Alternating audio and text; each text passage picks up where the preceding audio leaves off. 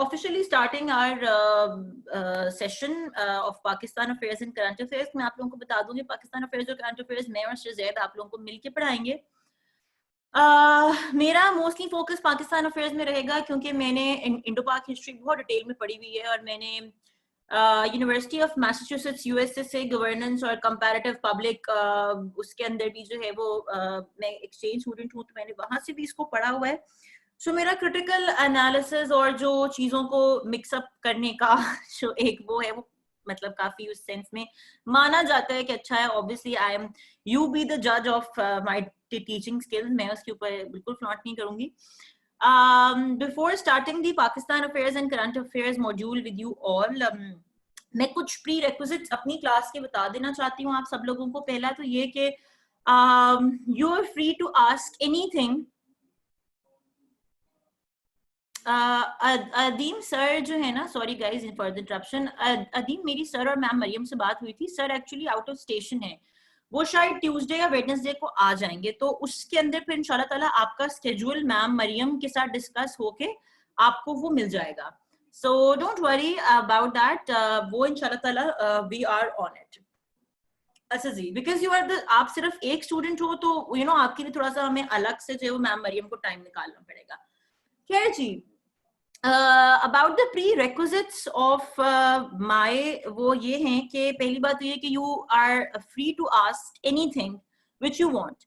अगर कोई बहुत ज्यादा बात इस तरह की है जो कि आप ग्रुप पे नहीं पूछना चाहते तो डेफिनेटली आप मुझे पर्सनल मैसेजेस में पूछ सकते हो, लेकिन बेहतर ये रहेगा कि आप लोग ग्रुप, जो व्हाट्सएप ग्रुप आप लोगों को बना के दिया गया उसमें सवाल हो, ताकि अगर आपकी जो मिसअंडरस्टैंडिंग है जब मैं वो क्लियर करूँ तो बाकी स्टूडेंट्स को भी फायदा हो जाए. First thing. सेकेंड, इसके अंदर ये है कि जो भी असाइनमेंट्स मैं आप लोगों को दूंगी जो कि होंगी अच्छी खासी, और मैं ये बात बड़े क्लैरिटी से कह सकती हूँ कि असाइनमेंट अगर आप नहीं करोगे तो मैं मैसेज कर करके पूछूंगी नहीं कि why you haven't done the assignment और stuff like that, because if I am available here, मैं अपना लेक्चर बिल्कुल ईमानदारी के साथ दे रही हूँ, मैं आपके काम को ईमानदारी के साथ चेक करके वापस कर रही हूँ, तो फिर आपको भी अपने स्टडीज के साथ एक प्रॉपर किस्म की ईमानदारी निभानी पड़ेगी. और एक और बात मैं बता दूं, मैंने शायद ओरिएंटेशन में बताई थी कि सीएसएस हार्ड वर्क से ज्यादा स्मार्ट वर्क है और कंसिस्टेंट वर्क है. ये वो जंग है जो हर रोज सुबह उठ के एक सीएसएस एस्पायरेंट को लड़नी पड़ती है with all the mental issues, with all the social problems, with everything. ठीक है. सो अगर आप में से किसी को भी ये लगता है कि जिसने कर लिया सीएसएस उसकी जर्नी आसान थी, that is not. We all have our own issues, तो हमें उन सबको डील करना पड़ता है. खैर, अबाउट दीज एक और चीज मैं आप लोगों को यहाँ बता दूं विद स्क्रीन शेयरिंग कि आप लोगों ने मेरे लेक्चर से 100% फायदा किस तरह से उठाना है, आप लोगों का क्या मॉड्यूल होना चाहिए, because I have planned my lectures in such a way कि बच्चों को जो है वो उससे 100% फायदा हो. मेरे लेक्चर में सबसे पहले तो एक आपने मेरा लेक्चर सुनना है विच आई एम राइटिंग हियर, कि पहले तो जो simple attending of the lecture is very important. अगर आप में से किसी को भी लगता है कि यार we can skip the lecture और हम अपनी मर्जी से अपने टाइम के ऊपर जो है वो लेक्चर हम रिकॉर्डिंग सुन लेंगे, that is a very wrong attitude towards CSS. Because specially एक मेंटोर जब यहाँ बैठ के आपसे वन ऑन वन बात करे तो होता ये है कि बहुत सारी चीजें जो बीच में होती हैं वो आप क्लियर करते चले जाते हो. उसके बाद क्या होता है, एक दफा मैंने लेक्चर दे दिया, मैं उस जोन से बाहर आ गई, मैं अगली चीज पे चले गई हूँ. ठीक है, मैं अगला लेक्चर प्रिपेयर कर रही हूँ because I have a lot of other things to do. तो मैंने लेक्चर के बीच में जो बात समझाई है मैं आपको वो उस तरह से बाद में जब आपने रिकॉर्डिंग सुन ली, आप मुझे मैसेज करते हो, we all have our human limitations, मैं उस तरह से उस ऑरा में आके आपको चीज नहीं सिखा सकती, और उसमें नुकसान मेरा बिल्कुल भी नहीं है, नुकसान आपका है. सो प्लीज अगर आप में से किसी की भी दिमाग में ये चीज है कि हम बाद में लेक्चर ले लेंगे तो यू वुड लैग बिहाइंड, क्योंकि एक आपके ऊपर एक स्ट्रेस नहीं होगा कि जी लेक्चर है मैंने अटेंड करना है. जब स्ट्रेस नहीं होगा तो आप सोचोगे हाँ यार जब फ्री होगा, जब फ्री होंगी तब कर लूंगी and stuff. Please don't do that. अपने अंदर एक रेगुलरिटी प्लीज लेकर आइएगा. और दूसरा आपने ये करनी है कि आपको रिकॉर्डिंग मिलेगी. सही है, आपको रिकॉर्डिंग मिलेगी. अब आपने ये करना है कि एक दफा मैं आप लोगों को पढ़ाऊंगी उन नोट्स से जो मैंने आप लोगों को प्रोवाइड करने हैं बाद में.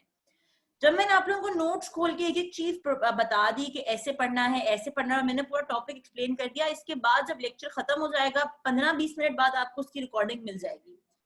रिकॉर्डिंग आपको मिल गई, नोट्स में ड्राइव में अपलोड कर दूंगी. Now you have to read the notes again and you have to, आपने बोली रिकॉर्डिंग भी साथ साथ सुननी है अपने नोट्स सामने खोल के. नोट्स सॉफ्ट कॉपी में होते हैं, मैं पर्सनली यही रिकमेंड करती हूँ कि आप लोगों ने भी नोट्स सॉफ्ट कॉपी में ही बनाने हैं. हार्ड कॉपी के नोट्स का बहुत मसला होता है, हार्ड कॉपी में चीजें ऐड करना, सब्सट्रैक्ट करना बाद में बहुत मुश्किल हो जाता है. तो शुरू में जब आप नोट्स मेकिंग करते हो, आप बहुत ज्यादा अनइम्पोर्टेंट इंफॉर्मेशन भी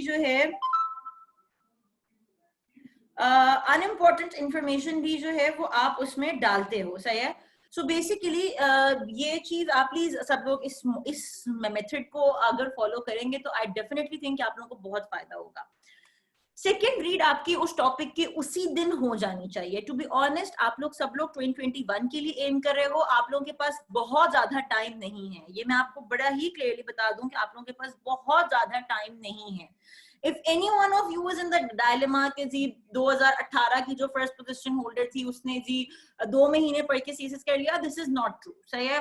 आप प्लीज इस डायलेमा में ना रहिएगा. This is a hard time, आपको ये सब कुछ कवर करना है. जिस दिन जो टॉपिक पढ़ाया गया, आई वुड से कि उसी दिन या अगले लेक्चर से पहले पहले आपकी सेकंड रीड उस टॉपिक की कंप्लीट हो जानी चाहिए विद द लेक्चर. और बेहतर होगा कि जब आप रिकॉर्डिंग सुन रहे हो तो जो बात आपको फील हो कि यार मुझे यहाँ पे ऐड करनी है, वो आप उसमें से खुद टाइप कर लो या प्रिंट आउट निकाल लो, जो भी आपको सूटेबल लगता है, आपने वो उसको वैसे डील करना है. The third thing is that मैं अपने तमाम लेक्चर्स के साथ कुछ किताबें अपलोड करती हूँ गूगल ड्राइव पे, जिसमें मैं बताती हूँ कि civil military relations for example है तो इन 2 किताबों में ये 2 चैप्टर्स हैं जो आपने पढ़ने हैं. That is your third read. Articles अखबारों से निकाल के पढ़ने हैं. जो मैंने लास्ट टाइम जब स्केड्यूल डिस्कशन की जब क्लास मैंने आप लोगों के साथ ली है, तो मैंने उसमें बड़ा क्लियरली बताया कि जी अखबार को किन 2 जावियों से आपने पढ़ना है, तो वो आपका थर्ड रीड होना चाहिए. ठीक है. इस तरह से जब आप अभी से एक ही टॉपिक को 3 दफा आपकी नजरों से गुजरा होगा, तो once you would be done with your compulsories, तो आपको रिवीजन में आपकी फोर्थ रीड होगी. तो फिर रिवीजन जब आप अक्टूबर नवंबर में कर रहे होगे या सितंबर में, तो वो चीजें इतनी मुश्किल नहीं होंगी. But I am very much straight forward on this कि अगर आप लोगों ने ये मॉड्यूल फॉलो नहीं किया तो फिर आप जो हो वो मैं कोई गारंटी नहीं दे सकती कि आप एस कर पाओगे या नहीं कर पाओगे या अच्छा स्कोर करोगे या नहीं. मैं डेफिनेटली ऐसे बहुत सारे अपने दोस्तों को जानती हूँ जिन्होंने इसी वाले मॉड्यूल को फॉलो करते हुए बगैर कोई अकेडमी जाए हुए भी they were able to land in the PAS group. मैं although I am teaching from the forum of this academy, but being a very honest mentor, मैं आपको यही बात बता रही हूँ कि कोई अकेडमी किसी स्टूडेंट को सीएसएस पास नहीं करवाती. आपका हार्ड वर्क आपको सीएसएस पास कराता है. ठीक है. I think that was it. एक और चीज जो मैं आप लोगों को यहाँ बता देना चाहती हूँ वो ये है कि आप लोगों को शायद पता होगा कि सीएसएस में सिर्फ लॉन्ग क्वेश्चंस नहीं आते, एमसीक्यूज भी आते हैं. और अगर आप में से दोबारा कोई इस डायलेमा में है कि जी एमसीक्यूज तो हम एंड में कर लेंगे, तो ऐसा नहीं होता. एमसीक्यूज आपको साथ साथ करने हैं. एमसीक्यूज आपको किस तरह साथ साथ करने हैं, मैं अभी एक वेबसाइट आप लोगों को भेज दूंगी, वहां से करंट अफेयर्स, पाकिस्तान अफेयर्स के हजारों एमसीक्यूज हैं. आप दिन में अगर 10, 12, 25 भी कर लो, आप उसके बहुत सारे तो उसमें से ऐसे होते हैं जो कि फजूल होते हैं, वो तो नहीं आ सकते. वो आप खुद देख लोगे कि यार ये तो नहीं आ रहे, ये तो पॉसिबल नहीं है कि इस तरह का एमसीक्यू आए. लेकिन बहुत सारे उसमें से ऐसे होते हैं जो आ सकते हैं. सो प्लीज उनको साथ साथ करते रहो, साथ साथ अपनी नजरों से गुजारते रहो. If any one of you thinks that कि एमसीक्यूज हम अलग से प्रिपेयर कर लेंगे, there is no such thing like that. Everything clear? यहाँ तक किसी को तो कोई बात नहीं पूछनी. फिर मैं लेक्चर स्टार्ट करती हूँ जो कि आज हमारे रिफॉर्मर्स पे, जो फर्स्ट 3 रिफॉर्मर्स हैं उन पर है. कोई क्वेश्चन है तो you guys can unmute yourself और ask me in the chat.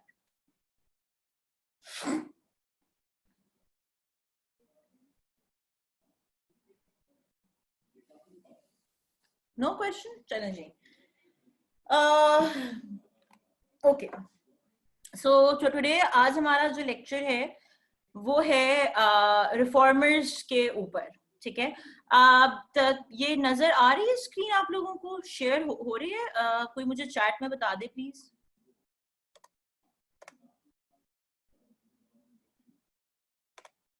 यार नोट्स की स्क्रीन शेयर हो रही है बच्चों? Okay good.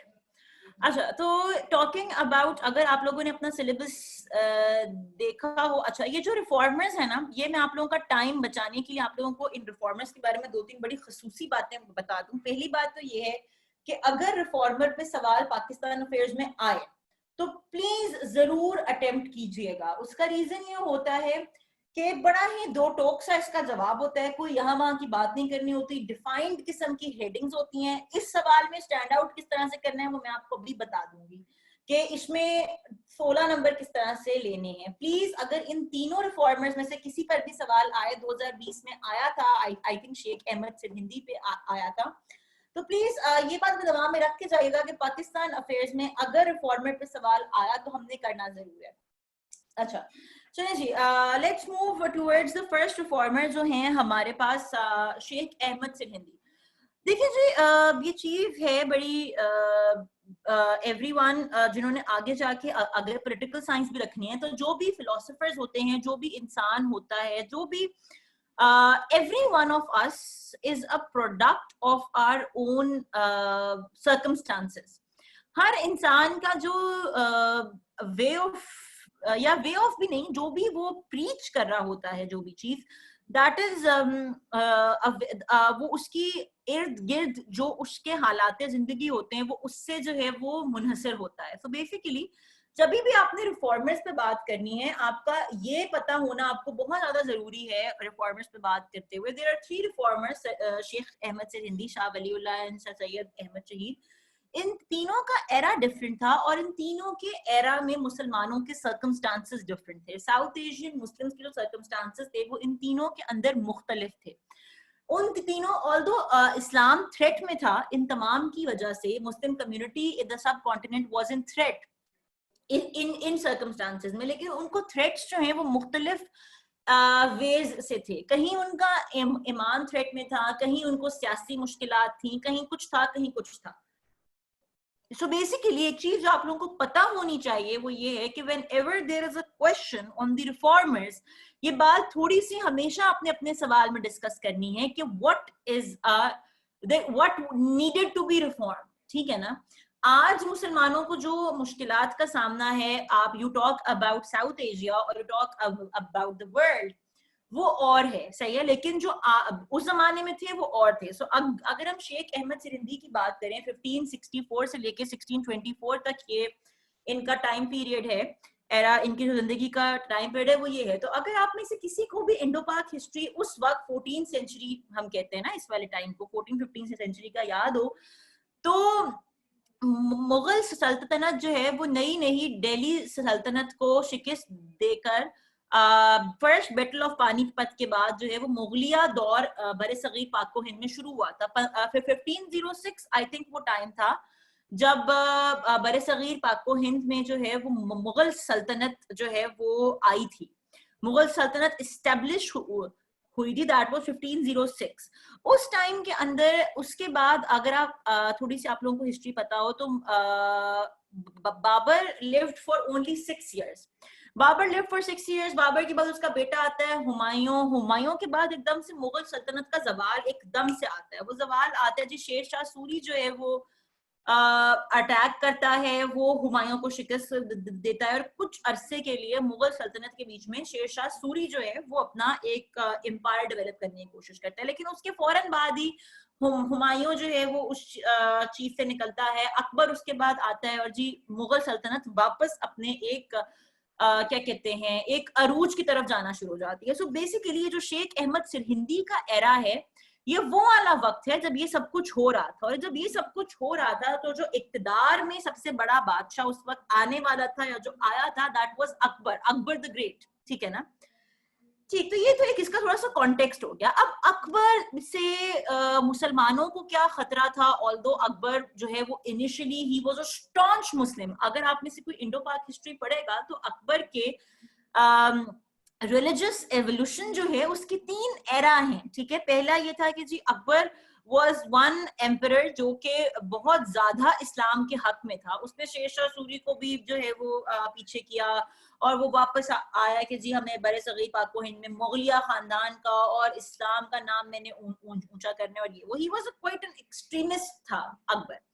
अब जी अकबर जब आया तो यहाँ पर जरा मैं आपको इंट्रोड्यूस करा दूं कि ही अकबर ने एक रिलीजन या एक सेक्ट ऑफ रिलीजन क्रिएट किया जिसको इम्पोर्टेंटली कहा जाता है दीन इलाही। और ये जो शेख अहमद सिरहिंदी हैं इनकी जो पूरी की पूरी जंग थी वो एक्चुअली दीने इलाही के ही खिलाफ थी। ये चीज आप लोगों ने अपने दिमाग में बिठा लेनी है। जहां जहां शेख अहमद सिरहिंदी की बात आएगी वहां वहां ये चीज पता होनी चाहिए आपको that his fight was against the Deen-e Ilahi which was actually provided by Akbar. ठीक है, ये चीज आपका ग्राउंड होना चाहिए शेख अहमद सिरहिंदी के बारे में।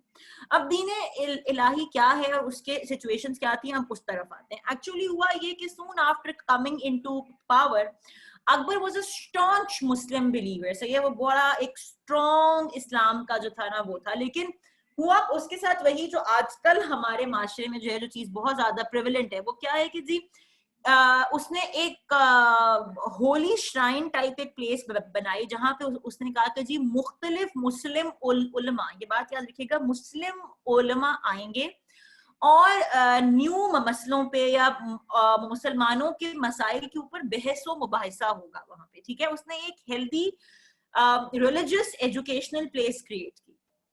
अच्छा, अब हुआ क्या कि वो कोई 5-6 साल 10 साल में उसको ये रियलाइज हुआ कि मुसलमानों में तो इतनी डिविजन्स हैं, इतने सेक्टेरियन इश्यूज हैं, इतने मसले हैं कि वो तो आपस में ही झगड़ते रहते हैं और कोई फायदा तो होता ही है नहीं है। मतलब जिस मौजू पे बहस करने के लिए मैं लोगों को बुलाता हूँ, मैं उनसे कहता हूँ कि जी आएं और बात करें, उस पे तो बात होती नहीं है। वो मुख्तलिफ सेक्टेरियन इश्यूज के अंदर जो है वो फंसे रहते हैं, जैसे आजकल है हम हमारी सोसाइटी में।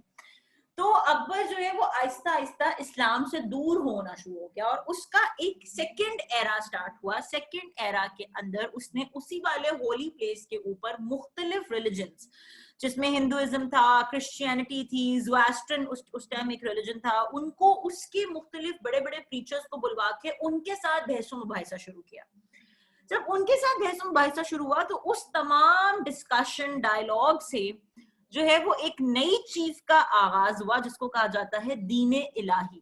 उसके अंदर अकबर ने एक्चुअली इस्लाम को चेंज नहीं किया था, खुदा ना खास्ता उसने इस्लाम की तालीमात को चेंज नहीं किया था, लेकिन उसने एक ह्यूमैनिटेरियन रिलीजन क्रिएट किया जिसके अंदर उसने कहा कि जी डिफरेंट उसके चीज थे। उसके अंदर आपको जाने की जरूरत नहीं है कि व्हाट वाज दीने इलाही, इसका कोई स्पेसिफिक डॉक्यूमेंट भी मौजूद नहीं है, लेकिन ह्यूमैनिटेरियन ग्राउंड्स के ऊपर उसने एक न्यू रिलीजन को क्रिएट किया जिसके अंदर सबसे बड़ा मसला एक ये था कि लोगों को आके अकबर बादशाह को सजदा करना पड़ता था और वो कहता था कि जी मैं जो हूँ वो लॉ हूँ, दीने इलाही मेरा है। और वो जो एक रिटोरिक आपने अक्सर इंडियन मूवीज में सुना होगा, जिल्ले इलाही वाला जो था, वो इसी से निकला हुआ था।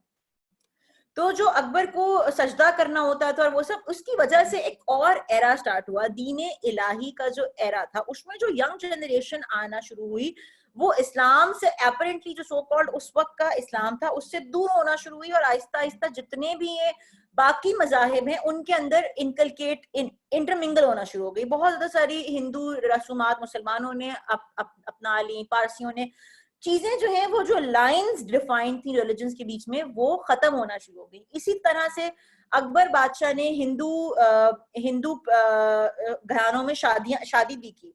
जोधा बाई जिसके ऊपर एक फिल्म भी बड़ी मशहूर बनी हुई है, वो इसी पॉइंट पर है कि इन्होंने एक हिंदू प्रिंसेस से शादी कर ली थी। सिमिलरली इनके बहुत वुजरा ने और उन सब ने हिंदू प्रिंसेस से शादी करना शुरू कर दी और इसकी एक राजपूत पॉलिसी थी अकबर की, जिसके तहत राजपूत जो उस वक्त के थे उनको मुख्तलिफ जो है वो क्या कहते हैं, मुख्तलिफ उनको प्लेसेस इन द गवर्नमेंट मिलना शुरू हो गई, जिसकी वजह से जो एक डिफाइंड लाइंस थी between the Islam and various religions वो डिमिनिश होना शुरू हो गई। जैसे यहाँ पे मैंने बोल्ड करके ये बात लिखी हुई है conditions of Muslim at the time of Sirhindi में कि कुरान और हदीस जो है वो निकल चुका था लोगों की जिंदगी में से, और जबकि अमेलगमेशन शुरू हो गई थी in the beliefs of the Hindus and Muslims। अब ये कितना बड़ा थ्रेट था टू इस्लाम कि अगर वो दीन इलाही चलता रहता तो क्या होता, वो आपके सामने था। अब इस सबको टेक ओवर और इस सबको हैंडल करने के लिए एक वो जो कहते हैं ना मसीहा आया, और वो थे जी शेख अहमद सिरहिंदी साहब। अच्छा, रिफॉर्मर्स के बारे में मैं आपको एक बात बता दूं, द मोस्ट इंपॉर्टेंट रिफॉर्मर्स जिनके ऊपर सवाल आता है वो शेख अहमद सिरहिंदी और शाह वलीउल्लाह ही हैं। ये जो थर्ड रिफॉर्मर है शहीद अहमद बरेलवी, इनके ऊपर क्वेश्चन नहीं आता इतना ज्यादा because he has been badly criticised in our country for various reasons. तो उसके ऊपर क्वेश्चन मोस्टली नहीं आता। मेरे नजर से तो आज तक कभी गुजरा नहीं, सीएसएस में आया या नहीं। खैर, अब आए जी शेख अहमद सरहिंदी। इन तमाम के तमाम इश्यूज और सर्कमस्टांसेस के अंदर यहाँ पे उनकी लिखी हुई जी कंट्रीब्यूशंस, कि उन्होंने सबसे पहले तो मिस्टिसिज्म को शरिया के साथ जो है वो किया। अब मिस्टिसिज्म क्या है? मिस्टिसिज्म ये था कि उन्होंने ये जितना भी सूफीज्म था ना, कि जी वो जो धमाल डाल रहे हैं और मुख्तलिफ मुख्तलिफ रवायात को अपनाया हुआ है और इस तरह की सब चीजों को निकाला, और जो ट्रू कलर्स ऑफ इस्लाम हैं, जो कुरान पाक में डायरेक्ट शरिया के थ्रू आए हैं, उनको उसके अंदर कहा, और कहा कि जी ये जो अकीदत और कहा जाता है ना जी, ये सब तो कुछ तो मोहब्बत में कर रहे हैं, जो चढ़ावे चढ़ाए जा रहे हैं और जो डिफरेंट डिफरेंट हिंदुओं से जो अपनाई हुई रस्में हैं, ये जो है this is actually not the love for Islam, और love without the following of the sharia is wrong. उन्होंने इस चीज को प्रमोट किया, ठीक है।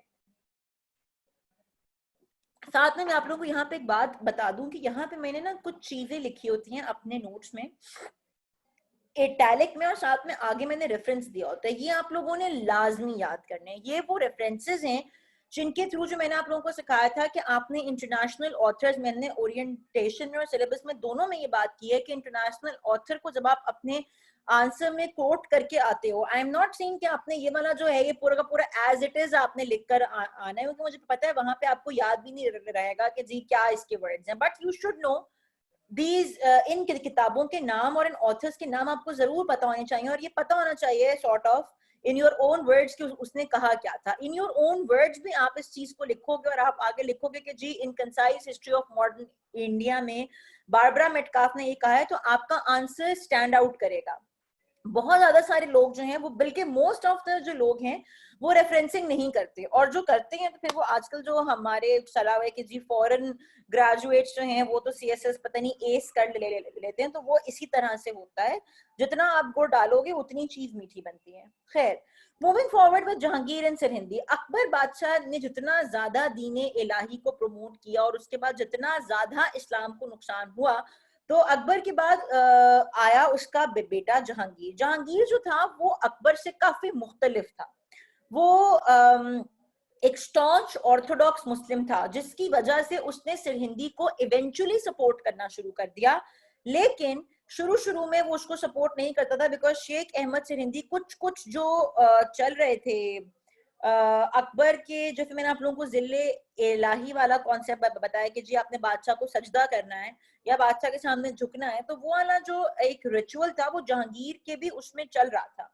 तो ऐसा हुआ कि जी जब शेख अहमद सरहिंदी साहब जहांगीर के पास गए तो उन्होंने कहा कि तुम मुझे झुक के सलाम करो या सजदा करो, तो उसने कहा मैं नहीं करूंगा। तो उसके ऊपर उसको 2 साल के लिए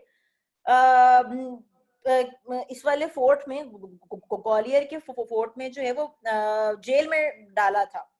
लेकिन इवेंचुअली आप ये कह सकते हो उसकी कंट्रीब्यूशन थी शेख अहमद सरहिंदी की, कि उनकी जो प्रीचिंग थी वो इतनी स्ट्रॉन्ग थी कि इवेंचुअली जो मुगल बादशाह था वो भी जो है वो शेख अहमद सरहिंदी के उसमें आ गया था, मतलब उसकी उनके साथ जो है वो उसने अपना एक ताल्लुक डेवलप कर लिया था। तो ये उनकी कंट्रीब्यूशन थी कि वो उस वक्त के हुक्मरान को भी अपनी चीजों में अपने वे ऑफ थिंकिंग में जो है वो उन्होंने डाल लिया था। चलें जी, लेट्स मूव फॉरवर्ड। अब इसके आगे हमारे पास तीसरा है कि Sirhindi and the politics of सब कॉन्टिनेंट। शेख अहमद सरहिंदी ने सिर्फ इस्लाम को प्रीच नहीं किया था, क्योंकि एक बात ये है कि आप लोगों ने शायद अल्लामा इकबाल का भी शेर सुना हो कि सियासत और मजहब कभी भी अलग नहीं होता, ठीक है। ये अल्लामा इकबाल ने भी ये कहा था। तो बेसिकली उन्होंने in order to improve the conditions of Islam, in order to improve the conditions of Islam, उन्होंने जो है वो जो सियासी उस टाइम लोग थे जो एक्चुअली एक होल्ड रखते थे उनको भी अपने साथ मिलाना शुरू किया, और उन्होंने भी जो है वो जो प्रैक्टिसेस अकबर बादशाह की थी उनको उसने जो है वो आहिस्ता आहिस्ता खत्म करना शुरू किया। फॉर एग्जाम्पल यहाँ पे लिखा हुआ है अकॉर्डिंग टू सरहिंदी, ये तो यहाँ पे लिखा हुआ है, he further explained that the government should adopt a policy to humiliate Hindus and at the imposition of jizya rightly kept the infidels in a state of subordination. Akbar बादशाह ने अपने जमाने में ये जो जिजिया का था वो खत्म कर दिया था, लेकिन आहिस्ता आहिस्ता वापस आके जो है वो सिरहिंदी ने, शेख अहमद सिरहिंदी ने सियासी अपने जो असर रसूख था उसको इस्तेमाल करते हुए कहा कि नहीं जी, टिपिकल शरिया के जो हैं उनको इस्तेमाल हमें करना चाहिए। तीसरा उन्होंने ये कहा कि जो तीसरी कंट्रीब्यूशन थी वो ये थी कि जी हिंदूज के साथ जो डिप्लोमेटिक टाइज थे उनको ब्रेक डाउन करने में उन्होंने एक मेजर रोल प्ले किया। ये तो इनकी 4 कंट्रीब्यूशंस हैं। Coming towards the criticism on Sirhindi in early time, अब ये चीज आपके आंसर को स्टैंड आउट कराएगी। देखो एक नॉर्मल एस्पायरेंट जो होता है ना, वो नॉर्मली ये 4 हेडिंग्स हर कोई लिख कर आएगा, ट्रस्ट मी, हो सकता है वो 6 भी लिखी हो उसने। But if you would write a criticism कि भाई क्योंकि देखो this is a CSS exam, ये कोई हिस्ट्री का पर्चा नहीं है कि आपने जो लिखा आप कहेंगे हाँ जी जी ठीक है सही है। यू ऑलवेज नीड टू सी कि भाई उसका पाकिस्तान के साथ क्या इम्पैक्ट है, क्योंकि अगर आप इसको इन योर सिलेबस देखो रिफॉर्मर्स को, तो ये आइडियोलॉजी ऑफ पाकिस्तान और पाकिस्तान मूवमेंट के साथ मेंशन है। तो एक क्रिटिसिज्म सिरहिंदी के ऊपर की जी क्रिटिकल एनालिसिस क्या था वो आपका लिखना बड़ा अहम होता है कि लोगों को पता चले कि आपने सिर्फ जो है वो किताब से चीज को रट्टा नहीं मारा, आपने उसको सर्च किया है कहीं से। Because all this criticism and Sirhindi का रोल इन पाकिस्तान मूवमेंट ये आपको इतना इजीली किताबों में या नोट्स में जो अकेडमीज के रैंडम नोट्स होते हैं उनमें नहीं मिलेगा। So please, in order to stand out in your answers, you definitely need to develop these paragraphs of criticism or critical analysis और ये वो। मैं अभी 1-2 दिन में आपकी ये क्लास रखूंगी, आउटलाइन किस तरह से बनानी होती है और क्या एसेंशियल पार्ट्स होते हैं एक आंसर के। जब वो वाली क्लास आप लोगों की हो जाएगी फिर मैं आप लोगों को असाइनमेंट्स देना स्टार्ट करूंगी। वो क्लास बड़ी अहम है क्योंकि उसके बगैर फिर आप लोग सही आउटलाइंस नहीं बनाते हो। खैर, moving forward with that, criticism जो है वो शेख अहमद सिरहिंदी पे सबसे पहला तो एक ये आता है कि भी वो एक एक्सट्रीमिस्ट रिलीजियस व्यूज रखते थे। अगर आजकल के जमाने में देखा जाए तो डेफिनेटली वो एक एक्सट्रीमिस्ट रिलीजियस व्यूज थे, लेकिन उस वक्त के जमाने में वो एक्सट्रीमिस्ट रिलीजियस व्यूज नहीं थे। मोर ओवर एंटी हिंदू जो आप कह लो और एंटी शिया थॉट्स आप कह लो, ये सब उसके अंदर आप उनका क्रिटिसिज्म ला सकते हो। साथ में एक यहाँ पे रेफरेंस भी दिया हुआ है। अब यहाँ पे मैं एक बात आप लोगों को बताना चाहती हूँ और वो ये चीज है कि एक होता है आर्ग्यूमेंट डेवलपमेंट, और ये चीज आप लोगों को अभी से सीखनी पड़ेगी। आप कभी भी कोई भी चीज आइसोलेशन में नहीं पढ़ सकते। शेख अहमद सिरहिंदी को भी आपने आइसोलेशन में नहीं पढ़ना। Now zoom out your lens, और आजकल के जमाने में अगर आप सोचो कि हमारे पास माइनॉरिटी राइट्स के कितने मसले हैं, हमारे पास सेक्टेरियन इश्यूज कितने ज्यादा हैं, इसीलिए मैंने यहाँ पे ये 2 चीजें हाईलाइट की हैं, anti Hindu and anti Shia views. So basically अगर कभी आपके पास क्वेश्चन आ जाए या एसे आ जाए about the sectarian crisis in Pakistan, या आप के पास आ जाए माइनॉरिटी राइट्स, तो आप एक बड़ा अच्छा एक आर्ग्यूमेंट डेवलप कर सकते हैं कि पाकिस्तान की हिस्ट्री में ये चीज सिर्फ आज से नहीं है। इवन द रिफॉर्मर्स जो साउथ एशिया में आए उनका भी माइंडसेट एंटी हिंदू और एंटी शिया या सेक्टेरियनिज्म में था। इस तरह की जो आर्ग्यूमेंट जनरेशन होती है, जो मैंने आप लोगों को शायद ओरिएंटेशन में बताया होगा कि हम करंट अफेयर्स और पाकिस्तान अफेयर्स पढ़ाते ही इस तरह से हैं कि जब तक करंट अफेयर्स पाकिस्तान अफेयर्स खत्म होता है तो आपके पास इतने ज्यादा आर्ग्यूमेंट्स ऑन वेरियस थिंग्स जमा हो चुके होते हैं। तो ये चीज प्लीज अपने दिमाग में रखिएगा कि इस तरह के रिफॉर्मर्स या कोई भी और टॉपिक पढ़ते हुए आपने अपना माइंड जो है वो ओपन रखना है इस चीज पे कि ये इस तरह के facts and figures. Obviously Sheikh Ahmad Sirhindi is a huge name, बहुत बड़ा नाम है ये पाकिस्तान की हिस्ट्री में, बड़े सगीर की हिस्ट्री में। इनफैक्ट नॉट ओनली पाकिस्तान, उस टाइम तो पाकिस्तान बना ही नहीं था, लेकिन पाकिस्तान मूवमेंट में और पाकिस्तान के करंट माशरे में जो साउथ एशियन सोसाइटी है उसमें इस तरह के रिफॉर्मर्स का बहुत बड़ा हाथ है। और आज भी ऐसे बहुत ज्यादा सारे लोग हैं, हम तो तालीम याफ्ता पढ़े लिखे एक स्पेसिफिक उस पे है, आज भी ऐसे बहुत ज्यादा सारे लोग हैं जो इन वाले रिफॉर्मर्स की तालीमात को एज इट इज मान रहे हैं। Although these reformers were not wrong at that time, they had to protect Islam and they had to move the various religions away from Islam, but जो उस वक्त की उनकी प्रीचिंग्स थी वो आज के लिए जो है वो क्या कहते हैं आज के लिए वैलिड नहीं है। ठीक है, so basically such sort of arguments आप अपने किसी भी ऐसे सवाल में जो है वो यूज कर सकते हो जहां पे उन्होंने शेख अहमद सिरहिंदी का नाम तक नहीं लिया। वो सिंपल पाकिस्तान में सेक्टेरियन क्राइसिस के ऊपर क्वेश्चन आ गया है कि जी पाकिस्तान में सेक्टेरियन क्राइसिस है, तो आप एक हेडिंग डाल सकते हो कि भाई we have adopted these sectarian crises, we have inherited या over the evolution of the South Asian society ये वाले issues पाकिस्तान में मौजूद हैं। Sana ji, I have made this point clear here. Let's move towards the next one. Sirhindi and the Pakistan movement. इसमें कुछ भी ऐसा खास नहीं है. ये यही वाली बात explain क्या करता है कि Sheikh Ahmad Sirhindi was one of those people in the history of South Asia जिन्होंने जो है वो पाकिस्तानी नेशन मुस्लिम्स के अंदर नेशनलिज्म को जो है वो प्रमोट किया था. इस पूरे जो शेख अहमद सिरहिंदी के नोट्स हैं इसमें दो जो हैं वो दो क्या कहते हैं दो रिसोर्सेज के रेफरेंसेस मौजूद हैं. A concise history of modern India by Barbara Metcalf और ये जो है studies in Islamic culture in Indian environment. Please इन रेफरेंसेस को आपने जरूर याद करना है.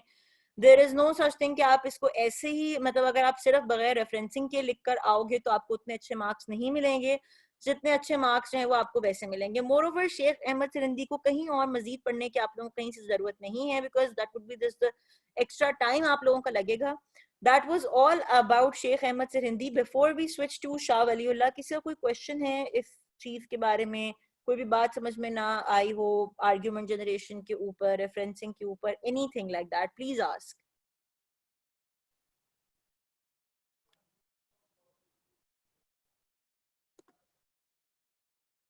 You guys can unmute yourself and ask the question right away. इसमें कोई इतना शर्माने वाली बात नहीं. अगर नहीं समझ में आया कुछ or you want me to repeat anything, please ask.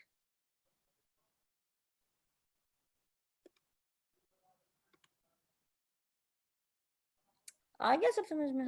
Ma'am जी जी बोलें. मैम के पेपर में अटेम्प्ट हम कैसे करेंगे? जैसे आपने बताया बस हम इसी तरीके से इसको मतलब राइट डाउन कर देंगे. सदफ, पेपर में आप जो अटेम्प्ट करोगे ना वो डिपेंड करता है कि सवाल क्या आया है. ठीक है, it always depend what the question has been asked. और ये चीज कि आप सवालों को अटेम्प्ट किस तरह से करोगे वो चीज मैं आप लोगों को आउटलाइन मेकिंग वाले टॉपिक में सिखाऊंगी. ठीक है, तो उसके लिए जस्ट वेट फॉर 1 डे और सो, क्योंकि प्रॉपरली एक क्लास इसके ऊपर कंडक्ट की जाएगी कि क्वेश्चन को किस तरह से जो है वो आंसर करना होता है. जी, और आपने जैसे कहा था कि हम इसको सॉफ्ट में लिखें, मतलब हम इसको राइट डाउन कर लें, अपने नोट्स वगैरह बनाए इसी तरीके से. सदफ, इसके अंदर आपने ये करना होता है कि ये वाले नोट्स जो है ना, अभी आफ्टर द क्लास मैं ये अपलोड कर दूंगी ड्राइव पे, सही, और आपको ड्राइव का लिंक भेज दूंगी. वहां से आप अपने पास जो इन्हें डाउनलोड कर लोगे. ठीक है, उसके बाद जब आप ये लेक्चर दोबारा सुनो या अगर आप अपनी मर्जी से कहीं से भी और से पढ़ना चाहते हो तो आप पढ़ो, तो आप इसमें चीजें ऐड कर सकते हो. Thank you. ओके जी. मैम काइंडली ये जी जी मैम जी काइंडली ये बता दीजिएगा ये एक्सट्रीमिस्ट रिलीजियस व्यू मुझे दोबारा बता दें, समझ नहीं आया मुझे. कौन से एक्सट्रीमिस्ट रिलीजियस व्यूज नहीं समझ में आया? जो Sheikh Ahmad Sirhindi was not popular among the Muslim because of extremist religious view. अच्छा, जो ये जो है ना, अच्छा इसके अंदर ये है कि देखो एक्सट्रीमिस्ट अगर आप बात करो तो अब की मतलब देखो, अगर मैं एक चीज होती है, हर कोई जो है वो किसी और मजहब के इंसान को वैसे नहीं देखता जैसे आप देखते हो. ठीक है, मतलब ये एक इस तरह की चीज होती है कि हर सोसाइटी में, not only saying about Pakistani society, when I was in US तो a number of Jews did not, वो मुझे पसंद नहीं करते थे बीइंग अ मुस्लिम. तो एक ये वाला मसला होता है. और बहुत सारे जूस थे जो हमारे साथ मिलके बैठ के खाना खा रहे थे. तो ये हर मजहब में होता है, उनकी मजहब की एक्सट्रीमिज्म लेवल अलग होता है.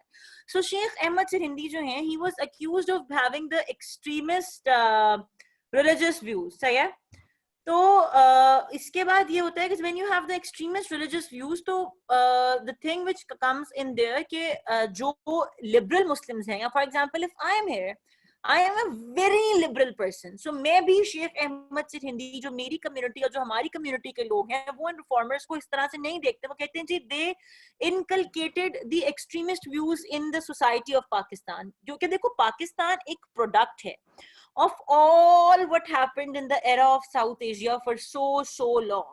सही है. So basically इस कॉन्सेप्ट के पीछे ये वाली बात है, और इसी कॉन्सेप्ट को आपने ऐसे ही इस्तेमाल करना है कि एक ऐसा, देखो पाकिस्तानी नेशन की जब हम बात करते हैं ना, सोसाइटी की जब हम बात करते हैं, तो हम 1947 से बात नहीं करते.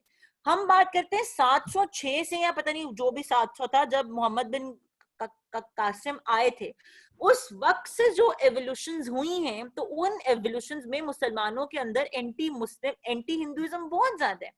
इवन अभी मैं जो हूँ वो पढ़ रही थी मदीहा अफजाल की किताब है, आपने क्लास लेने से 10 मिनट पहले मैंने वो किताब बंद की, उसका ये जुमला है जो पढ़ के मुझे बड़ा अफसोस भी हुआ। और पता है, this is not only an issue with Pakistan, this is an issue with India as well. बल्कि हम तो शायद फिर भी इतने नहीं है, इंडियंस तो इतने ज्यादा है, उनकी तो पढ़ी लिखी सोसाइटी जो है वो मुसलमानों के खिलाफ है, आपके सामने जो वहां पे हो रहा है। तो बेसिकली ये जो इस तरह के रिफॉर्मर्स मुसलमानों में भी आए और जो हिंदुओं में भी आए, उनकी वजह से आज तक जो है वो हमारे अंदर ये एक एंटी रिलीजियस, जो दूसरे सेक्ट्स के और दूसरे मज़ाहिब के लोगों के लिए जो एक फीलिंग ऑफ रिलक्टेंस पाई जाती है ना, ये उसके ऊपर एक है बात। ठीक है, ठीक है मैम, क्लियर हो गया। चलें जी, गुड। किसी और कोई सवाल है?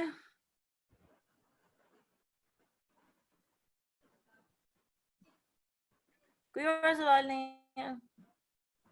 चलें जी, हम चलते हैं आगे वाले। Okay, let's move. सवाल है तो पूछ लें, जस्ट बी योरसेल्फ, कोई इतना परेशान होने की जरूरत नहीं है। आप लोग तो बहुत ही चुप है, मुझे बहुत मुझे इस तरह की क्लासेस नहीं पसंद है, सारे बच्चे चुप रहे हैं। I really like to be the interactive classes. खैर, I think it's new, you guys are new. जो हमारे पिछले वाले बैचेस होते हैं उसमें तो बच्चे बात ही नहीं करने दे रहे होते, दे आर सो इंटरैक्टिव। चलें जी, लेट्स मूव फॉरवर्ड। फाइनली ये एक छोटी सी बात है, ये जो लिखा हुआ है ड्यूरिंग द एमर्जेंस ऑफ क्यूमुलिज्म, ये क्यूमुलिज्म को थोड़ा एक्सप्लेन कर दें। कम्युनलिज्म, ये कम्युनलिज्म है during the emergence of communalism. अच्छा जी, ये है वर्ल्ड वाइड बात। ये आपको थोड़ा सा, आपको ये अब ना टॉपिक से हट जाएगा, लेकिन चलिए मैं थोड़ा सा आपको बता देती हूँ। दुनिया में कम्युनिस्ट सोसाइटीज वो होती हैं, जैसे आपकी जो है वो कैपिटलिस्ट सोसाइटी है, कम्युनिस्ट होती हैं, कम्युनिस्ट नेशन होती हैं, उनके अंदर स्टेट ओन्ड होती है, मोस्टली चीजें स्टेट ओन्ड होती हैं, हर चीज स्टेट ओन्ड होती है। आपका जो बिजनेस होता है वो मोस्टली जो है वो स्टेट रन कर रही होती है। थोड़ा बहुत, जैसे आज तो पाकिस्तान है, पाकिस्तान में आपको कोई बिजनेस स्टार्ट करना हो, उसका सारा प्रॉफिट आप रखोगे, सिर्फ आपको हुकूमत को टैक्स करना है, सही है ना? टैक्स जो भी बनता है वो करना होगा। लेकिन कम्युनिस्ट सोसाइटीज ऐसे नहीं होती। कम्युनिज्म में जो है वो मोस्टली होल्ड जो है वो आपकी स्टेट का होता है। तो ये 1930s में जब वर्ल्ड की जो सियासत की आप बात कर रहे होते हो, तो जो दुनियावी सियासत थी उसमें कम्युनलिज्म बहुत ऊपर आ रहा था, क्योंकि यूएसएसआर जिसको हम कहते हैं, जो उस वक्त था, जो आजकल का रशिया है, वो वर्ल्ड के क्या कहते हैं, दुनिया के नक्शे पे बहुत ज्यादा जो है वो रख रहा था। खैर, ये चीजें आपको eventually when you study the communalism, अगर आपने आईआर रखा तो आपको कम्युनलिज्म पढ़ने की जरूरत पड़ेगी, वरना ये इतने मुश्किल कॉन्सेप्ट्स हैं, इनको आपको पढ़ने की बिल्कुल जरूरत नहीं पड़ेगी। अगर आपने पॉलिटिकल साइंस वगैरह रखा, उसमें भी खैर कम्युनलिज्म आता है, लेकिन for more it is that the IR का कॉन्सेप्ट है कि हाउ सम कंट्रीज वर्क। और इस टाइम दुनिया में सिर्फ 5 कम्युनिस्ट कंट्रीज हैं, विच इज वियतनाम है, चाइना है, साउथ कोरिया है, शायद बाकी 2 मैं अक्सर भूल जाती हूँ, मुझे नहीं याद बाकी कौन थे। एक तो वही है, रशिया है, बाकी आई कैन नॉट रिकॉल। ठीक है, तो ये एक कॉन्सेप्ट है जिसके ऊपर गवर्नेंस कह लो या कंट्रीज जो वर्क करती हैं। ठीक है, चलें जी, let's move forward towards Shah Waliullah. अच्छा, टॉकिंग अबाउट शाह वलीउल्लाह, अच्छा, अब शाह वलीउल्लाह का जो एरा है, that is the era of 1700। ये बात आप लोगों को शायद पता हो या ना पता हो, लेकिन अगर आप में से कोई भी रखेगा, सॉरी, आप में से ये चैट में क्वेश्चन आया, should be make point while you are giving lecture और just listen to it and learn from the notes afterwards. ये नोट्स आपको मिलेंगे अदीम। अगर आपको मैं कोई ऐसी बात कह रही हूँ जो आप इसमें लिखना चाहते हो, तो बेहतर ये रहेगा, मतलब मैं ये सजेस्ट करती हूँ, बेहतर ये रहेगा कि आप रिकॉर्डिंग सुनो, क्योंकि रिकॉर्डिंग आपको मिलेगी इस लेक्चर की, और इन नोट्स में आप ऐड कर लो। ठीक है, क्योंकि इससे आपको डबल रिवीजन हो जाएगी, आप नोट्स भी पढ़ लोगे, आपकी भी रिवीजन हो जाएगी। अगर आप अभी ऐड करना चाहते हो तो आप अपने पास कहीं लिख लो, मैं आपको ये नोट्स थोड़ी देर में ड्राइव पे अपलोड करके लिंक भेज दूंगी, फिर आप देख लीजिएगा। ठीक है, अच्छा जी, मोर ओवर मैं एक और बात आप लोगों को बता दूं कि जो रिकॉर्डेड लिंक मैं आप लोगों को भेजूंगी वो आप लोग अपने पास खुद ही सेव रखेंगे, मुझसे बार बार जो है वो रिकॉर्ड लिंक ना मांगिएगा, क्योंकि मुझसे लिंक्स जो है वो ऊपर नीचे हो जाते हैं, फिर आप लोगों को वेट करना पड़ेगा, आप लोगों का टाइम जाया होगा। तो जो मैं लिंक आप लोगों को भेजूंगी, बेहतर है वो आप अपने पास किसी वर्ड फाइल में जो है वो टॉपिक के साथ कि जी ये वाला टॉपिक है और उसमें लिंक रख लो। फिर आपने आज रिवाइज करना है, महीने बाद रिवाइज करना है, जब भी रिवाइज करना है वो आप उसके अंदर जो वो फ्री हो गए whenever to open the link and use it. Tehseen, in इस वाले टॉपिक में ये जो है इसमें एडिशन करने की जरूरत नहीं है, बाकी इसके अलावा जितने भी होंगे उन सब में आपको जरूरत पड़ेगी। चलें जी, let's move forward to Shah Waliullah. Shah Waliullah Dehlvi की अगर हम बात करें तो ही इज ये एरा है 1700, जैसे कहा गया कि जी he was born in the era of 1703। अगर आप में से किसी को इंडो पाक हिस्ट्री थोड़ी सी पता हो तो 1885 का जो एरा था, 1885 का जो दिन था, सॉरी जो साल था, उसके अंदर वॉर ऑफ इंडिपेंडेंस हुई थी। लेकिन अब आप खुद एक बात सोचो कि क्या अंग्रेज इतना ताकतवर सिर्फ एक साल में हो गया था कि जी वॉर ऑफ इंडिपेंडेंस जो है वो मुसलमानों ने, हिंदुओं ने अंग्रेज के खिलाफ फाइट भी की और वो हार गया? जी नहीं। various foreign traders were coming to British to Indo-Pak, the subcontinent since 1400, और अंग्रेजों से पहले यहाँ पे फ्रेंच बहुत ज्यादा और जो है वो अंग्रेजों की जो है वो किस्में आ चुकी थी। लेकिन जो अंग्रेज एक्चुअली जो ब्रिटिशर्स जिन्हें हम कहते हैं ब्रिटन्स, वो आए थे 1600 में, और तकरीबन कोई 100 साल लगा था उनको ईस्ट इंडिया कंपनी सेटअप करने में और चीजों को सेटअप करने में। और विद इन 100 ईयर्स 1700 तक वो इतने ज्यादा काबिज हो चुके थे, इतने ज्यादा इन्फ्लुएंशियल हो चुके थे कि उन्होंने आहिस्ता आहिस्ता मुसलमानों और वेरियस जो हिंदू राजा महाराजा थे उनको वीकन अप करना शुरू कर दिया था। ठीक है, सो बेसिकली शाह वलीउल्लाह का वो टाइम पीरियड था when he came in the progress of the Indo-Pak history।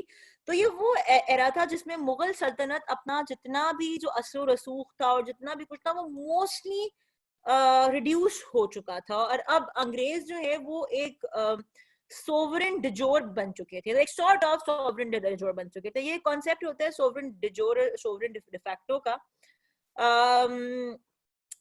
तो वो आप लोग देख लीजिएगा, मुझे ये मैं अक्सर कंफ्यूज कर जाती हूँ कि डिजोर कौन सा होता है, डिफैक्टो कौन होता है। खैर आई लेट यू नो। लेकिन खैर इसमें होता हुआ ये था कि जो ब्रिटिशर्स हैं वो आहिस्ता आहिस्ता इतने ज्यादा ताकतवर हो चुके थे कि वो मुसलमानों के, बात आप लोगों को शायद सुनी होगी, आप लोगों ने हमेशा ही सुनी होगी कि वो मुस्लिम्स को as a third grade citizen जो है वो क्या कहते हैं, थर्ड ग्रेड सिटीजन के तौर पे उनको डील करते होते थे।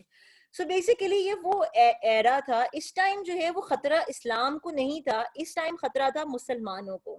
और मुसलमानों को खतरा भी इसीलिए था कि वो एक तो जो उस टाइम के, आप लोगों को शायद पता होगा कि औरंगजेब के बाद जो है मुस्लिम जो एम्पायर है, जो मुगल एम्पायर है, वो नीचे की तरफ ही आया है। ठीक है, उसमें कुछ भी जो है वो इम्प्रूवमेंट नहीं आई, हर जो है वो उसके अंदर रिडक्शन ही आती चली गई, उसकी पावर में, उनके इकोनॉमी में, उनके ट्रेड में, हर चीज में जो है वो मुसलमान नीचे ही आए औरंगजेब के बाद, specially in the Mughal era. और औरंगजेब आई थिंक 1600 में या फिर 1500 समथिंग उसका जो था वो टाइम पीरियड था। तो जब शाह वलीउल्लाह आए तो मुगल एम्पायर अपने बहुत बुरे हालात में मौजूद था, और जो है वो चीजें मुसलमानों के लिए बहुत ज्यादा मुश्किल हो चुकी थी। और शाह वलीउल्लाह के बारे में मैं आपको बता दूं that he was a well read Muslim scholar. He was not only a Muslim scholar, यहाँ पे लिखा हुआ है, he also studied medicine and tibb. तो अब इस चीज को आप एज एन आर्ग्यूमेंट इस्तेमाल कर सकते हैं। Please keep this thing in mind कि इस चीज से आप क्या आर्ग्यूमेंट जनरेट कर सकते हो। आप ये आर्ग्यूमेंट जनरेट कर सकते हो कि इंडो पाक की हिस्ट्री के अंदर शाह वलीउल्लाह जैसे अजीम सूफी स्कॉलर्स और इस्लामिक स्पिरिचुअल स्कॉलर्स थे जिन्होंने सिर्फ इस्लाम की तालीम हासिल नहीं की थी, वेरियस अदर सब्जेक्ट्स भी उन्होंने पढ़े हुए थे। सो बेसिकली जो बात कही जाती है मॉडर्न एजुकेशन सिस्टम पे, कहा जाता है कि जी मदरसास जो हैं उनका कोई काम नहीं है, वो इतने ज्यादा अच्छे इंडिविजुअल्स प्रोड्यूस नहीं कर सकते जो हमारे उसके लिए फायदेमंद हो। That is wrong. By using this argument that Shah Waliullah was such spiritual उनकी एजुकेशन थी, उन्होंने कुरान पाक हिफ्ज किया हुआ था, उन्हें तफसीर का इल्म था, हदीस का था, बहुत ज्यादा सारी और चीजों का था, तो उन्होंने साथ साथ मेडिसिन भी पढ़ी हुई थी। सो बेसिकली आप इसको एज ए अगर कभी एजुकेशन हम आगे ऑब्वियसली पढ़ेंगे, एजुकेशन का टॉपिक हमने आगे पढ़ना है, लेकिन just to make your mind work in a proper way, that how you can use the information provided in this answer, in this topic in various other ways, वो ये है कि आप बड़ी अच्छी recommendation with the example of Shah Waliullah provide कर सकते हैं। अगर शाह वलीउल्लाह जैसी हस्ती 1700 के अंदर एजुकेशन के नाम पर कुरान, तफसीर, हदीस और मेडिसिन पढ़ सकती है, तो क्या हमारा आज का नौजवान नहीं पढ़ सकता? डेफिनेटली पढ़ सकता है, ठीक है। So इस तरह से आर्ग्यूमेंट जनरेशन होती है। I hope this is making sense, because this way of generating the argument is extremely important for your essays, ठीक है। इसी तरह से हम आर्ग्यूमेंट जनरेट करके एसे का कंटेंट निकालते होते हैं। खैर जी, यहाँ पे मैंने एक बात लिखी है, सब कॉन्टिनेंट बिफोर शाह वलीउल्लाह। यहाँ पे लिखा हुआ है in the 18th century Islam in the sub continent was faced with menacing problems, sectarian conflicts, low moral tone of the society, poor understanding of the Holy Quran, and general ignorance of Islam was just some of the issues which gave rise to the fear that political collapse would be accompanied by religious disintegration. आप लोग अगर ये वाला जुमला, ये वाला पूरा का पूरा सेंटेंस अगर सिर्फ आइसोलेशन में पढ़ो और ये बात दिमाग से निकाल दो कि जी मैं शाह वलीउल्लाह के नोट्स पढ़ रहा हूँ या पढ़ रही हूँ, तो क्या ये सब कुछ आज भी नहीं हो रहा? क्या isn't it a thing कि क्या ये सारे के सारे मसले पाकिस्तान आज भी फेस नहीं कर रहा है? We all are facing these sort of issues for Islam. So basically इसके अंदर एक बहुत अच्छा जो रिकमेंडेशन अगर सेक्टेरियन कॉन्फ्लिक्ट्स पर आए या इस्लामोफोबिया पर आए या टेररिज्म पर आए या एक्सट्रीमिज्म पर आए, तो आप एक बहुत अच्छी रिकमेंडेशन जो स्टैंड आउट करती है बाकी यूजुअल रिकमेंडेशन से आपके आंसर में, क्योंकि जब आप लोग आंसर्स लिखते हो, ये बात मैं आप लोगों को बताऊंगी कि मैं बार बार रिकमेंडेशंस की बात क्यों कर रही हूँ, क्योंकि जब आप एक आंसर लिखते हो तो आप उसके अंदर रिकमेंडेशंस भी लिखते हो। ये बस 1-2 दिन में जब इंशाल्लाह आपका एक टॉपिक हो जाएगा तो मैं आप लोगों की आउटलाइन पे क्लास लूंगी डेफिनेटली, तो उसके अंदर मैं आपसे वाली बात शेयर करूंगी कि भाई मैं जो बार बार रिकमेंडेशंस और आर्ग्यूमेंट्स की बात कर रही हूँ उससे मेरा कहने की मुराद है क्या। सो आप इस तरह के रिकमेंडेशन दे सकते हो कि भाई अगर उस जमाने के अंदर ये वाले मसले थे तो आज भी ये वाले मसले हैं, and we need more people like Shah Waliullah who are well read in not only Islam as well as in the दूसरे जो हमारे पास हैं। यहाँ पे एक बहुत लंबा सारा जो है वो रेफरेंस मैंने लिखा हुआ है by the Barbara Metcalfe. I am again seeing कि आप लोगों ने एग्जैक्ट इन रेफरेंसेस के वर्ड्स को याद नहीं करना, लेकिन इनको डेफिनेटली आपने इस सेंस में जरूर याद करना है कि आपको पता हो कि उसने लिखा क्या था और आपको पता हो कि जो है वो कौन सी किताब में लिखा था और ऑथर का नाम क्या था, ठीक है। कंट्रीब्यूशन, शाह वलीउल्लाह की जो बड़ी कंट्रीब्यूशन थी that he translated the Holi Quran into the simple Persian language. ये चीज बड़ी अहम थी ताकि लोगों को, उस जमाने के लोगों को पर्शियन लैंग्वेज आती थी। बरसगीर पाको हिंद में लोगों को पर्शियन लैंग्वेज आती थी। वो चाहते थे कि जी इस्लाम की तालीम जो है वो सिर्फ रिलीजियस स्कॉलर्स के थ्रू लोगों तक ना पहुंचे, लोग उसके अंदर खुद से जो है वो उसे पढ़ें और समझें। Then he was the promoter of ijtihad और he was the analyst of various Islamic school of thoughts. आप लोग जब इस्लामियात में सर जैद आपको एंड में खैर पढ़ाते होते हैं, इज्तिहाद और इजमा वगैरह पढ़ाएंगे, तो Shah Waliullah has a very important role in Islamiyat as well. Islamic studies के अंदर वो दिखाते हैं कि how Shah Waliullah compared various schools of thought and how he was an initiator of ijtihad, ठीक है। And then he was a उन्होंने जो है वो रीओरिएंटेशन ऑफ सोसाइटी भी की on the grounds of social justice. Social inequalities को रिमूव करके उन्होंने सोसाइटी को ह्यूमैनिटेरियन ग्राउंड्स पे रिफॉर्म करने की ट्राई भी की। अब अगर आप इस पर करो with the previous influencer जो थे, जो रिफॉर्मर थे, Sheikh Ahmad सिरिंदी, he had more of an extremist view, ठीक है। वो थोड़े एक्सट्रीमिज्म की तरफ ज्यादा थे। ये जो है वो थोड़े रिनाइसेंस की तरफ ज्यादा है। फॉर एग्जांपल यहाँ पे लिखा है that he recommended the application of ijtihad against blind taqlid, मतलब he was not extremist कि भाई जो लिखा हुआ है सो लिखा हुआ है। He actually promoted the Muslims and the people to use their conscious, to use their brains, to use to develop a society on the norms of social justice। अब social justice जो है वो कभी भी sectarian conflicts और extremism towards various religions को promote नहीं करती।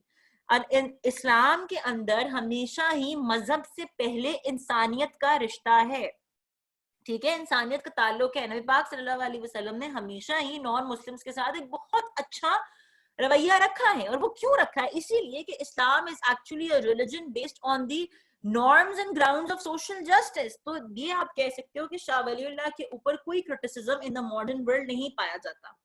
अब अगर क्रिटिसिज्म नहीं पाया जाता तो आपने आंसर में लिखना क्या? आपने आंसर में जब पूरा आंसर कर लोगे और आपने स्टैंड आउट कराने के लिए एक अलग से हेडिंग बनानी है, जिसको हमने ऊपर क्रिटिकल एनालिसिस लिखा, वो नीचे भी इस वाले आंसर के अंदर भी क्रिटिकल एनालिसिस की ही हेडिंग होगी, लेकिन आप इसमें उसको एनालिसिस इस तरह से करोगे कि हमें शाह वलीउल्लाह जैसे जो लोग हैं, जो प्रीचर हैं, हमें अपनी करंट सोसाइटी में चाहिए, ठीक है? We need such sort of men in order to fight the sectarian crisis, the humanitarian crisis, the human right problems, the minority issues. We need such sort of rulers, ठीक है? एक जो इनके ऊपर क्रिटिसिज्म आता है वो ये है दैट इन्होंने अहमद शाह अब्दाली को जो है वो खत लिखा था कि जी जो हिंदू मरहट्टाज हैं इनके खिलाफ आपको कुछ ना कुछ एक्शन लेना चाहिए, क्योंकि जो वो मरहट्टाज थे वो मुसलमानों के बड़े खिलाफ थे और वो उनके ऊपर पे दर पे हमले करते रहते थे। और इनकी इनविटेशन के ऊपर अहमद शाह अब्दाली ने दो तीन और जो आपके थे, क्या कहते, दो तीन और जो आपके हुक्मरान थे उनके साथ मिलके मरहट्टाज के ऊपर अटैक किया था, which was known as the third battle of Panipat. लेकिन उसका नुकसान ये हुआ था कि इसमें बहुत ज्यादा एक तो कैपिटल लॉस हुआ था, मरहट्टाओं की ताकत बिल्कुल खत्म हो गई थी, और उसकी वजह से हुआ ये था कि थर्ड बैटल ऑफ पानीपत का फायदा अंग्रेज को बहुत ज्यादा हुआ था, क्योंकि उनको एक्चुअली जिस चीज ने रोक के रखा हुआ था वो मरहट्टाज ही थे। और वो जो दूसरे दो तीन अहम हुक्मरान जिन्होंने अहमद शाह अब्दाली का साथ दे के मरहट्टाज को जो है वो खत्म किया था, तो हुआ ये था कि इन दोनों हिंदू मुस्लिम के झगड़े में फायदा हो गया था अंग्रेज का। तो ये एक क्रिटिसिज्म शाह वलीउल्लाह पे किया जाता है that he was the one जिन्होंने इस चीज को प्रमोट किया था और प्रिवेल किया था। अहमद शाह अब्दाली को खत लिखने वाले ये थे। ये एक वाहिद क्रिटिसिज्म है, लेकिन साथ साथ ये वाला भी इनके ऊपर बहुत ज्यादा कहा जाता है that we definitely need leaders like him. जैसे मौलाना कलाम आजाद ने इनके बारे में कहा था कि जी हमें शाह वलीउल्लाह जैसे लीडर ही चाहिए in order to make our society, shape our society in on the grounds of social justice. इसके अलावा यहाँ पे मैंने James branded, that's a very beautiful book, अगर आप में से किसी को भी इंडो पाक हिस्ट्री में इंटरेस्ट हो तो आई डेफिनेटली रिकमेंड कि ये किताब जरूर पढ़ें। किसी को पढ़नी हो तो वो मुझसे मांग सकता है। I do have this book in soft copy. खैर, तो ये what he has to say about Shah Waliullah is that the mid 18th century marked the nadir of Muslim fortunes in the subcontinent. One of the leading reformers who attempted to halt the decline of Muslim rule and revive its intellectual traditions was Shah Waliullah. तो इस तरह के जो references होते हैं ये एक तो एक्चुअली आपके आंसर को सब्सटैंशिएट करते हैं, और फिर आपके एग्जामिनर को जो है वो बड़ा ही एक अप्रोच इस तरह की आती है दैट द स्टूडेंट जो है उसने सिर्फ रैंडम किताबों से कुछ नहीं पढ़ा, रैंडम जगहों से कुछ नहीं पढ़ा, ही और she has read something in detail. किसी का कोई क्वेश्चन है शाह वलीउल्लाह के बारे में तो please ask, otherwise we will move towards the last reformer.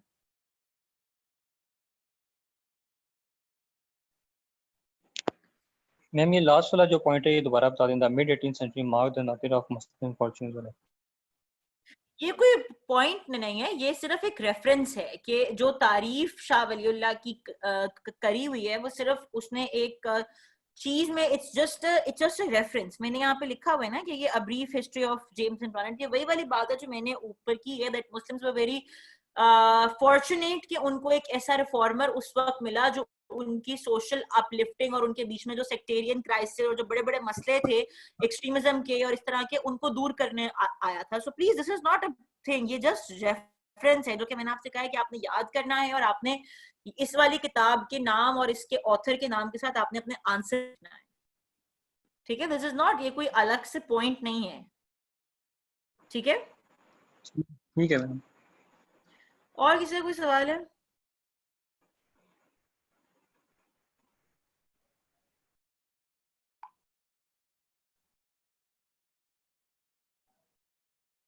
Okay, I think no other questions.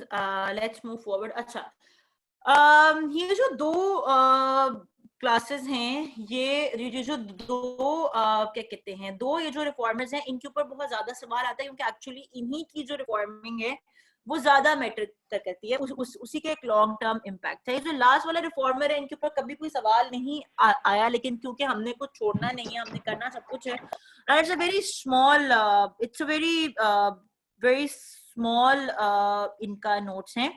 इसके आगे मैं आप लोगों को जो पास्ट, अभी जब मैं बंद करूंगी तो मैं जो पास्ट क्वेश्चंस आ चुके हैं अबव उनके ऊपर, वो मैं आप लोगों को भेज दूंगी कि व्हाट सॉर्ट ऑफ क्वेश्चंस आए हैं।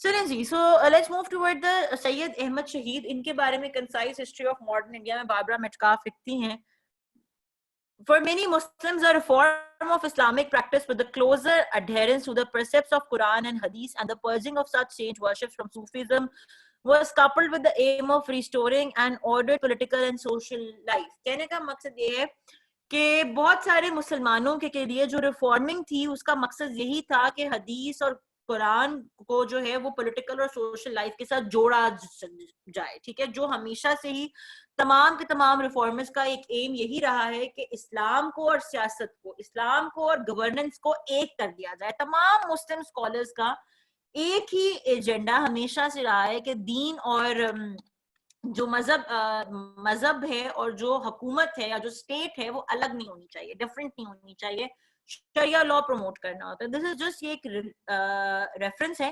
अच्छा, नोट्स में जितनी भी चीजें इस तरह से लिखी होती हैं इटैलिक में और जिनके आगे जो है वो इस तरह से लिखा होता है, these all are references which you have to memorise. सही है, मैं बार बार बात करूं कि आपके आंसर्स में जो है वो ये होना चाहिए। खैर, द एरा जिसमें सैयद अहमद बरेलवी आए वो एरा बिल्कुल शाह वलीउल्लाह वाला ही था, मतलब इसमें कोई ज्यादा डिफरेंसेस मौजूद नहीं है, बिल्कुल वही एरा है, थोड़े ही टाइम डिफरेंस के साथ ये आए हैं। मुसलमानों को बहुत ज्यादा सारी मुश्किलात का सामना है by the Sikhs, by the Hindus, by the Marathas, by all, and by the Britishers. ये तमाम के तमाम यहाँ पे मैंने लिखा हुआ है that the Muslims of India were facing downfall by the hands of British, Sikhs, Hindus, they all.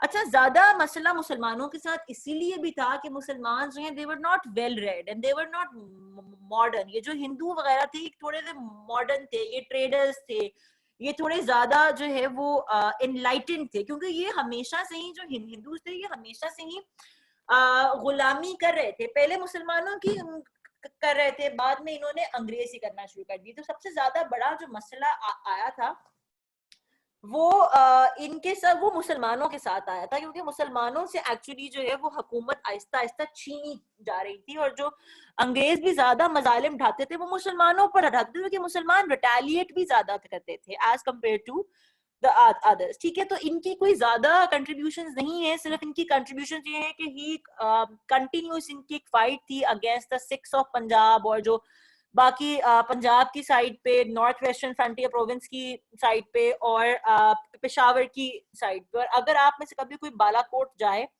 तो आप लोगों को पता भी होगा कि he was martyred in the area of Balakot, ठीक है।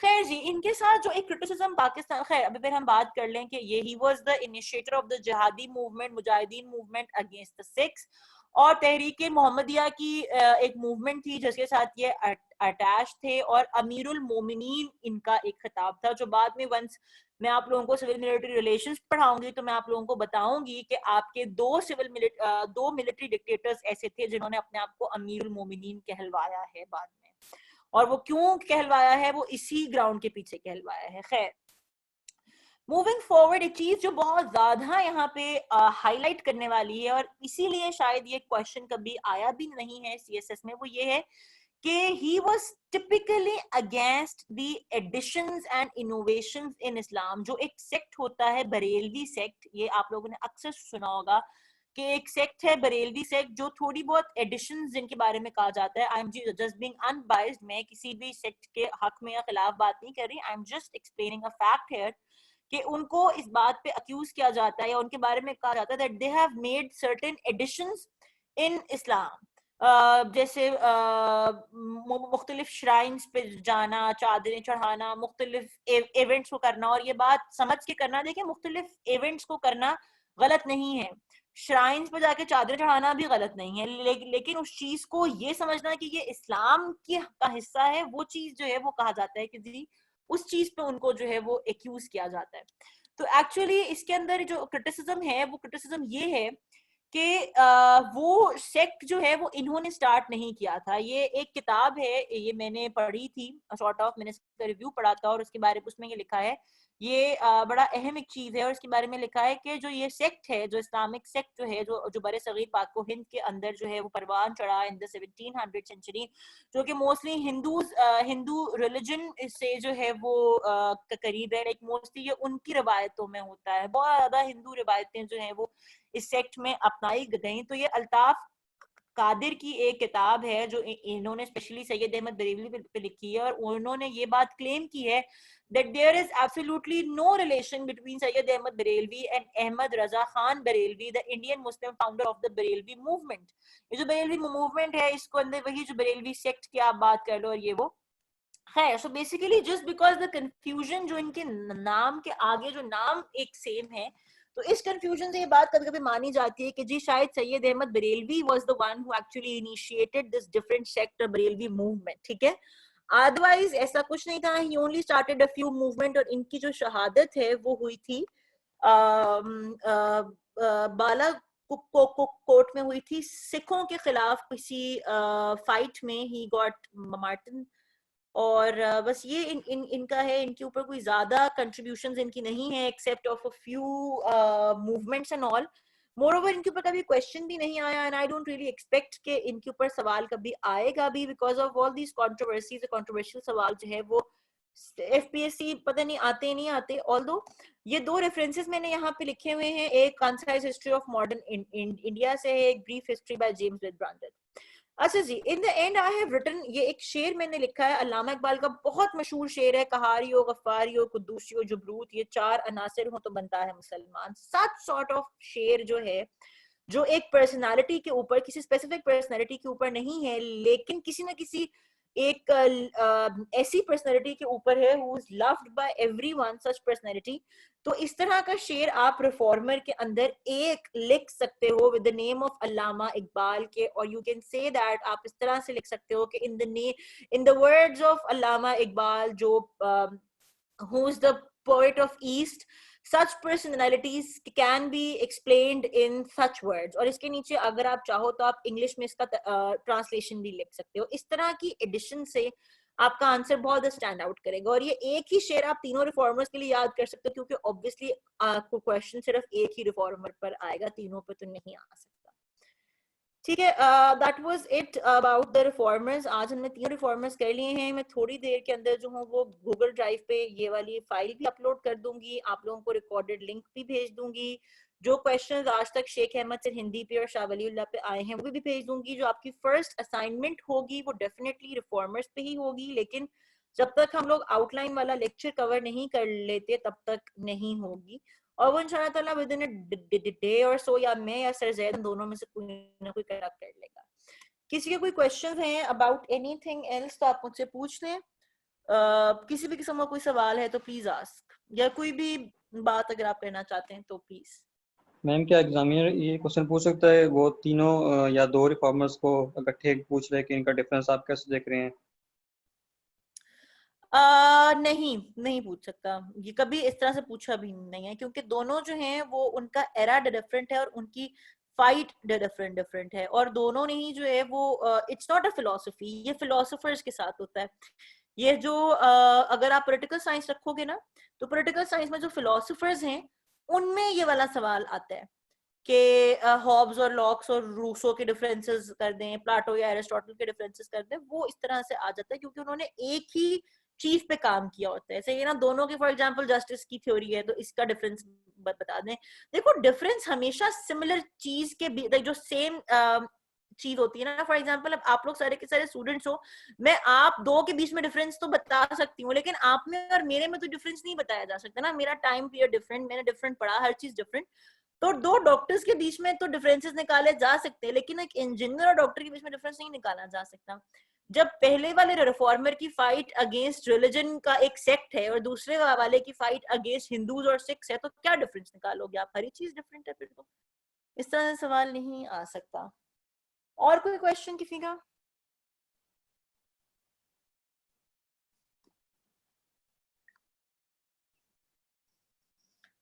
Okay, I think no other question.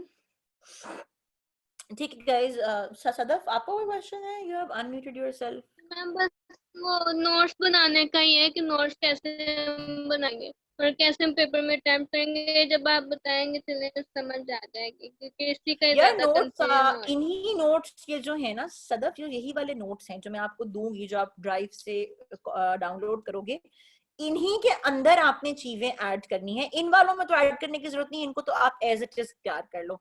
जो आगे लेक्चर्स होंगे उनमें ऑब्वियसली आपको ऐड करने पड़ेंगे, ऐसी बात नहीं कि नहीं करने पड़ेंगे। तो उस टाइम आपने इन्हीं के अंदर, जैसे मैंने पहले भी कहा, इनको डाउनलोड करना है आपने, और इन्हीं के अंदर जो भी किताब आप पढ़ोगे, जो आपको कहूंगी कि ये वाला चैप्टर पढ़ो, ये वाला चैप्टर पढ़ो, ये वाली खबरें पढ़ो, ये वाली न्यूज पढ़ो, जो भी है, आपसे ज्यादा आप ना जो सिलेबस डिस्कशन वाली है ना लेक्चर, आप प्लीज वो सुन लो। मैंने आपको उसका लिंक भेजा है, आई थिंक, है ना? वो आप सुन लो, आपको उससे पता चल जाएगा कि जी अखबार किस तरह से पढ़नी है और वो सब ना, वरना मैं आपको भेज भी देती हूँ लिंक उसका। तो ठीक, तो वो आप कर लो। इसके अलावा तो आई थिंक कोई और चीज नहीं करनी होगी, इन्हीं नोट्स के अंदर आप चीजें ऐड कर लेना। Any more questions? मैम बाकी तो ये है कि इसमें जो आपने हमें ये नोट्स बताए हैं इनमें तो हम वर्डिंग तो अपनी यूज करेंगे ना? हाँ हाँ ऑब्वियसली भाई, देखो इतना रट्टा तो ऑब्वियसली नहीं है, तो डेफिनेटली अपनी वर्डिंग्स यूज करोगे, ये तो ऑब्वियस सी बात है जी।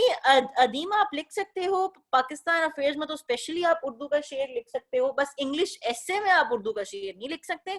और बेहतर ये रहेगा कि आप उर्दू का शेर लिख के नीचे उसके अगर ट्रांसलेशन भी लिख दोगे तो बहुत अच्छा इम्पैक्ट पड़ता है। ठीक है जी, एनी मोर क्वेश्चंस? मैं ग्रुप पर ही जो है ना वो ज़ियाद और क्या नाम है, ज़ियाद और सदफ, मैं आप लोगों को वो जो क्योंकि आप लोगों ने आई थिंक वो वाला लेक्चर जो मेरा है जिसमें सिलेबस डिस्कस किया है मैंने येस्टरडे, वो नहीं आई थिंक आप लोगों ने देखा होगा, तो मैं वो ग्रुप पे ही भेज रही हूँ, प्लीज उसको देख लें, उससे बहुत फायदा होगा, क्योंकि बार बार मैं वो चीज रिपीट करूंगी क्लास में तो सबका टाइम वेस्ट होगा।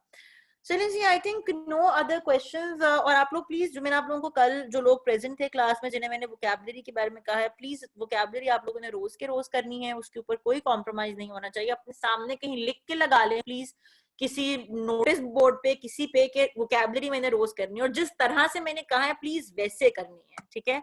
प्लीज इसको जो है वो किसी और तरीके से रट्टा मारने की कोशिश मत कीजिएगा। किसी और कोई सवाल है?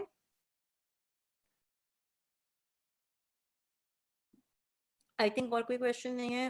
That's it from my side, thank you so much guys. और मैं थोड़ी देर में लिंक जो है वो अपलोड करके, लिंक आप लोगों को ग्रुप पे, करंट अफेयर्स पाकिस्तान अफेयर्स का जो ग्रुप है उस पर भेज दूंगी। गूगल ड्राइव का लिंक, उसमें ये वाले नोट्स होंगे और रिकॉर्डिंग भी मैं वहां पे भेज दूंगी। रिकॉर्डिंग प्लीज अपने पास सेफ रखिएगा, इसको आज तो का टाइम काफी हो गया, कल प्लीज इसको रिवाइज कर लीजिएगा, क्योंकि आपकी पहली असाइनमेंट इसी टॉपिक पर होगी और मैं एज सून एज पॉसिबल आप लोगों का आउटलाइन और क्वेश्चन अटेम्प्टिंग वाला जो है उस पर लेके फिर आप लोगों की असाइनमेंट आप लोगों को मिल जाएगी। ठीक है जी, थैंक यू सो मच और दुआ में याद रखिएगा एंड अल्लाह हाफिज, टेक केयर।